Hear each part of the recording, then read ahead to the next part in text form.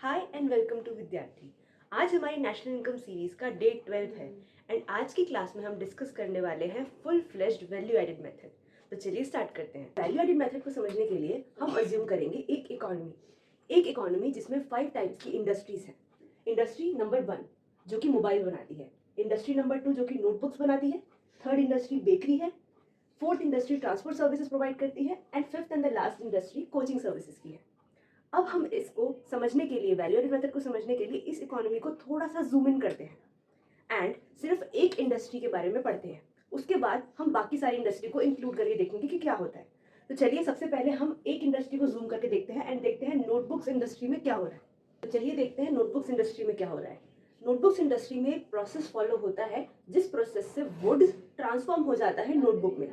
इस प्रोसेस में सबसे पहले हम वुड लेते हैं, वो ट्रांसफॉर्म होता है पेपर में एंड पेपर ट्रांसफॉर्म हो जाती है नोटबुक में। इसी तरीके का ये प्रोसीजर चल रहा है नोटबुक्स इंडस्ट्री में।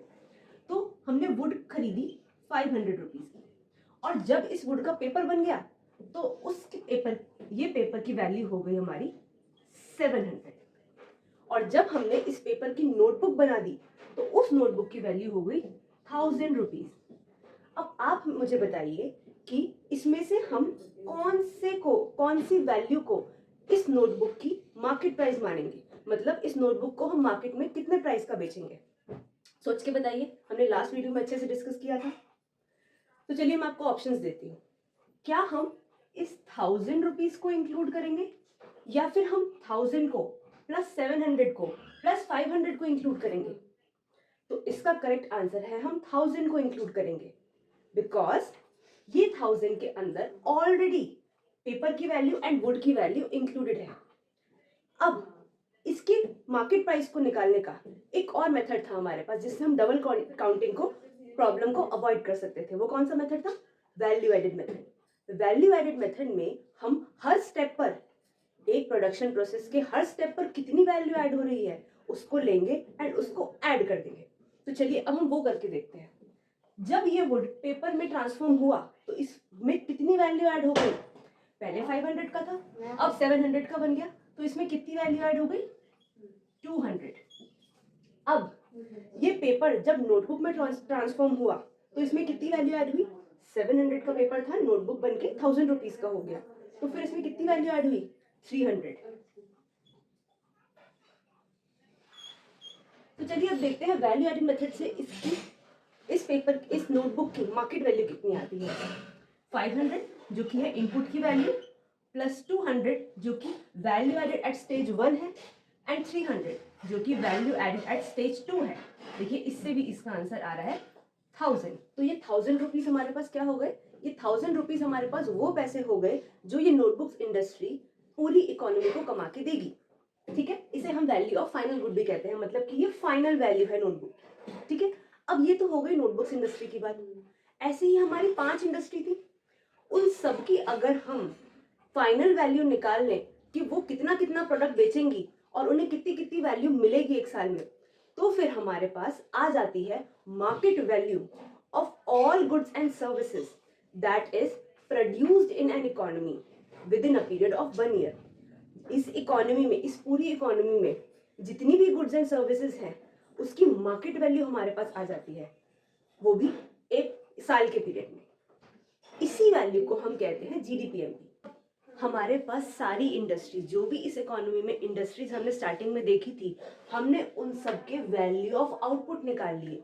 वैल्यू ऑफ आउटपुट मतलब कि उन्होंने एक साल के अंदर कितने की प्रोडक्शन करके दी, और इस प्रोडक्शन में कोई डबल काउंटिंग नहीं है, हमने सिर्फ फाइनल गुड की वैल्यू ली है। ठीक है, तो जब हम ईच इंडस्ट्री की वैल्यू एडेड को ऐड कर देते हैं या फिर हम फाइनल गुड्स की वैल्यू जो भी हर एक इंडस्ट्री प्रोवाइड कर रही है उन एक इकोनॉमी के अंदर, उन सबको जब हम ऐड कर देते हैं तो हम पहुंच जाते हैं जीडीपीएमपी के ऊपर। जीडीपीएमपी क्या होता है? जीडीपीएमपी का मतलब होता है एक साल के अंदर एक इकोनॉमी में जितने भी गुड्स एंड सर्विसेज बन रहे हैं उन सब की मार्केट वैल्यू। तो यही हमने जीडीपीएमपी में कैलकुलेट किया। एक साल के अंदर एक इकोनॉमी में जितने भी गुड्स एंड सर्विसेज हैं उन सब की मार्केट वैल्यू हमने ऐड कर दी और हम जीडीपीएमपी पे पहुंच गए। तो ये हमारे पास जीडीपीएमपी निकल जाता है इस इकोनॉमी का। और अगर हमें इस इकोनॉमी की नेशनल इनकम निकालनी है तो फिर हम इस जीडीपीएमपी को ट्रांसफॉर्म कर देंगे एनएनपीएफसी में। हम सबको पता है नेशनल इनकम को एनएनपीएफसी कहते हैं। बट अब क्वेश्चन ये आता है, क्या एग्जाम में हमारे पास ऐसी कोई भी इकोनॉमी दी होगी और उसमें हमें अलग अलग इंडस्ट्रीज के फाइनल आउटपुट को निकालना पड़ेगा और उसके बाद हम जाके जीडीपीएमपी पे पहुंचेंगे? तो बिल्कुल नहीं। इसके लिए हमारे पास वैल्यू एडेड मेथड का एक फॉर्मूला है, उससे हमारा जीडीपीएमपी कैलकुलेट होता है। बट उस फॉर्मूले को समझने से पहले हमें 3 टर्म्स को समझना पड़ेगा। ये 3 टर्म्स कौन सी हैं? ये 3 टर्म्स हैं value of output, intermediate consumption and value added. तो चलिए इन तीनों टर्म्स को समझते हैं और देखते हैं हम वैल्यू एडेड मेथड से जीडीपीएमपी तक कैसे पहुंच सकते हैं। तीनों टर्म्स को एक एक करके समझते हैं। Term number 1, value added. Value added का आपको मीनिंग पता है, बस आपको ये नहीं पता कि इसको हम वैल्यू एडिड कहते थे। तो चलिए देखते हैं कि ये क्या था। अगर एक स्वीट शॉप वाला मिल्क को स्वीट्स में कन्वर्ट कर देता है और उसने मिल्क खरीदा था 500 रुपीज का एंड उसकी स्वीट्स बन गई हैं 800 रुपीज की, तो अब वैल्यू एडिड कितनी है? वैल्यू एडिड का मतलब होता है प्रोडक्शन प्रोसेस के ड्यूरिंग एक स्टेज से दूसरी स्टेज पर जाते टाइम कितनी वैल्यू ऐड हुई उसमें, उसको हम कहते हैं वैल्यू एडिड। तो ये चीज 500 रुपीज की थी, अब ये 800 की हो गई है, तो इसमें कितनी वैल्यू एडेड हुई? इसमें वैल्यू ऐड हुई 300। This is known as value added. अब अपनी सेकेंड टर्म पे चलते हैं, इंटरमीडिएट कंजम्पशन। इसी वाले एग्जांपल से समझते हैं इंटरमीडिएट कंजम्पशन क्या होती है। इंटरमीडिएट कंजम्पशन वो होती है एक प्रोडक्शन प्रोसेस के ड्यूरिंग हम जितनी भी चीजें as an intermediate good purchase करते हैं उन सभी को हम इंटरमीडिएट कंजम्पशन कहते हैं, और ये हमें माइनस करनी होती है। हम कभी भी उनकी वैल्यू इंक्लूड नहीं करते ना जो हमने प्रोसेस के लिए as an intermediate good use किया है, हम उनको माइनस कर देते हैं। या तो हम सिर्फ फाइनल गुड की वैल्यू लेते हैं या फिर हम वैल्यू एडेड को ऐड कर देते हैं। इंटरमीडिएट कंजम्पशन हमेशा माइनस होगी व्हाइल कैलकुलेटिंग जीडीपीएमपी। तो इस केस में इंटरमीडिएट कंजम्पशन क्या है? इस केस में इंटरमीडिएट कंजम्पशन है हमारा milk, because that is the intermediate good. इस इंटरमीडिएट कंजम्पशन को हम इंटरमीडिएट गुड भी कह सकते हैं। इंटरमीडिएट गुड, ठीक है। अब वैल्यू ऑफ आउटपुट क्या होता है? वैल्यू ऑफ आउटपुट होता है जो हमारे पास प्रोडक्शन प्रोसेस के बाद जो गुड बन के आया उसकी final value, that is final good की value is value of output, और इसको हम जीडीपीएमपी भी कहते हैं। जीडीपीएमपी का क्या मतलब होता है? अभी हमने थोड़ी देर पहले पढ़ा था, money value of all the goods and services that is produced in an economy during a period of 1 year is known as GDPMP, और इसी को हम वैल्यू ऑफ आउटपुट कहते हैं। अब हम वैल्यू एडेड के फॉर्मूले को देखेंगे। तो हम अपने वैल्यू एडेड के फॉर्मूला को देखते हैं। अब हमने टर्म समझ लिया, अब हम इसके फॉर्मूला को देखते हैं कि हम जीडीपीएमपी कैलकुलेट कैसे करेंगे। Formula number 1, value of output minus intermediate consumption is equals to GDPMP. अब हमें इस फॉर्मूले को रटना नहीं है, इस फॉर्मूले में क्या हो रहा है समझते हैं। वैल्यू ऑफ आउटपुट, अभी मैंने आपको बताया वैल्यू ऑफ आउटपुट का मतलब क्या होता है? फाइनल गुड की वैल्यू। इंटरमीडिएट कंजम्पशन क्या होता है? इंटरमीडिएट गुड की वैल्यू। तो जब हम फाइनल गुड की वैल्यू में से इंटरमीडिएट गुड की वैल्यू माइनस कर देंगे तो हमारे पास प्योरली फाइनल गुड की वैल्यू बच जाएगी। इस प्रोसेस में हम डबल काउंटिंग को अवॉइड कर रहे हैं कि अगर हमने फाइनल गुड की वैल्यू में इंटरमीडिएट गुड्स की वैल्यू पहले इंक्लूड कर दी है तो हम उसको माइनस कर देंगे और हम किस पर पहुंच जाएंगे? जीडीपीएमपी पर। नेक्स्ट फॉर्मूला को देखते हैं, sales plus self consumption plus change in stock minus intermediate consumption. अब इसमें क्या हो रहा है? हम इसी फॉर्मूले को एक्सपैंड कर रहे हैं और कुछ नहीं हो रहा है। ये जो सेल्स है, ये जो सेल्फ कंजम्पशन है और ये जो चेंज इन स्टॉक है, ये कुछ भी नहीं है, ये वैल्यू ऑफ आउटपुट ही है। कैसे?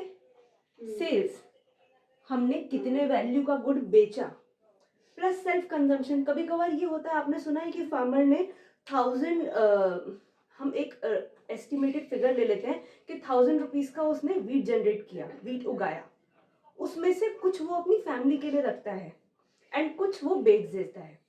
तो क्या जो उसने फैमिली के लिए रखा वो नेशनल इनकम में इंक्लूड नहीं होना चाहिए? वो भी होना चाहिए। वो भी तो प्रोडक्ट जनरेट हुआ है ना इस साल के अंदर, तो वो हमारी सेल्फ कंजम्पशन हो जाती है, उसको हम अलग से ऐड करते हैं।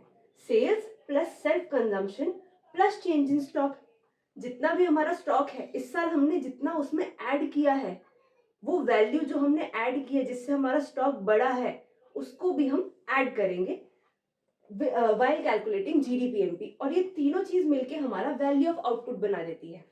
Minus the intermediate consumption. Intermediate consumption हम सबको पता है, इंटरमीडिएट गुड्स की वैल्यू को हमें हटा देना है। जो हमने बीच में परचेजेस करी हैं, जो भी हमने प्रोसेस की ड्यूरिंग रॉ मटेरियल्स खरीदे हैं, उन सबको हमें यहाँ से हटा देना है and we will reach the जीडीपीएमपी।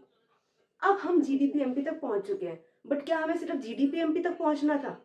नहीं, हमें नेशनल इनकम कैलकुलेट करनी थी। तो एक बारी जीडीपीएमपी से नेशनल इनकम तक आकर देखते हैं कैसे आते हैं। अब हम ये अज्यूम करके चलते हैं कि हमने उस फॉर्मूला से जीडीपीएमपी कैलकुलेट कर लिया है और अब हमें नेशनल इनकम के ऊपर जाना है।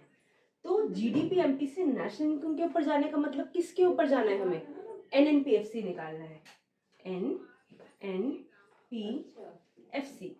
जीडीपीएमपी आ गया, एनएनपीएफसी पर जाना है। तो सबसे पहले हम इस जी को एन में कन्वर्ट करेंगे, ग्रॉस को नेट में कन्वर्ट करेंगे। कैसे कन्वर्ट करते थे? Minus depreciation. जैसे ही इसमें से डेप्रीसिएशन की वैल्यू माइनस करी, ये जी बन जाएगा एन एंड बाकी सारी चीजें एज इट इज रहेंगी। ये एन तो एन बन गया, बट ये जो डी है इसको भी हमें एन बनाना है। इस डोमेस्टिक को नेशनल में कन्वर्ट करना है। कैसे करेंगे? डोमेस्टिक को नेशनल में convert plus net factor income from abroad.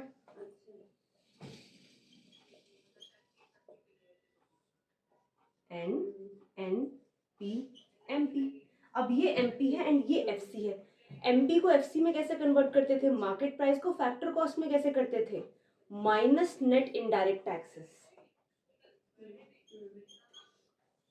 उससे हम कहाँ पे पहुंच जाएंगे? एनएनपीएफसी पर। और यही तो हमारा नेशनल इनकम है।